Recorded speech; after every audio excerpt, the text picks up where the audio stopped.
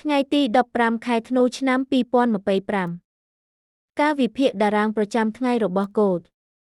មានស្ថិតនៅចំណុចសម្រេចចិត្តសំខាន់អបជាចំណុចកំណត់ទិសដៅតម្លៃបើកថ្ងៃនេះរបស់មាសគឺ4300ខណៈដែលម៉ូបស្ថិតនៅ4290និង Pivot 2ស្ថិតនៅ4314រចនាសម្ព័ន្ធនេះបង្ហាញថាមាសកំពុងឈានចូលទៅក្នុងតំបន់សម្រេចចិត្តសំខាន់ប្រសិនបើតម្លៃនៅក្រោមអបវានឹងបង្កើតសញ្ញាលក់បែប Classic Sell Signal ដោយម៉ូបជាគាំទ្រដំបូងប្រសិនបើការធ្លាក់បន្តទិសដៅបន្ទាប់គឺ Curl មួយនៅកម្រិត4283ទោះជាយ៉ាងណាដោយសារតែខ្សែនិង Cash នៅតែមានទិសដៅវិជ្ជមានប្រសិនបើមាសរកឃើញកម្លាំងវាអាចសាកល្បង Pivot 2ជាមុនសិនប្រសិនបើអាចបំបែកឡើងលើនិងរក្សាទីតាំងបានលើកម្រិតនេះគោលដៅកើនឡើងដំបូងគឺ Curl មួយនៅ4317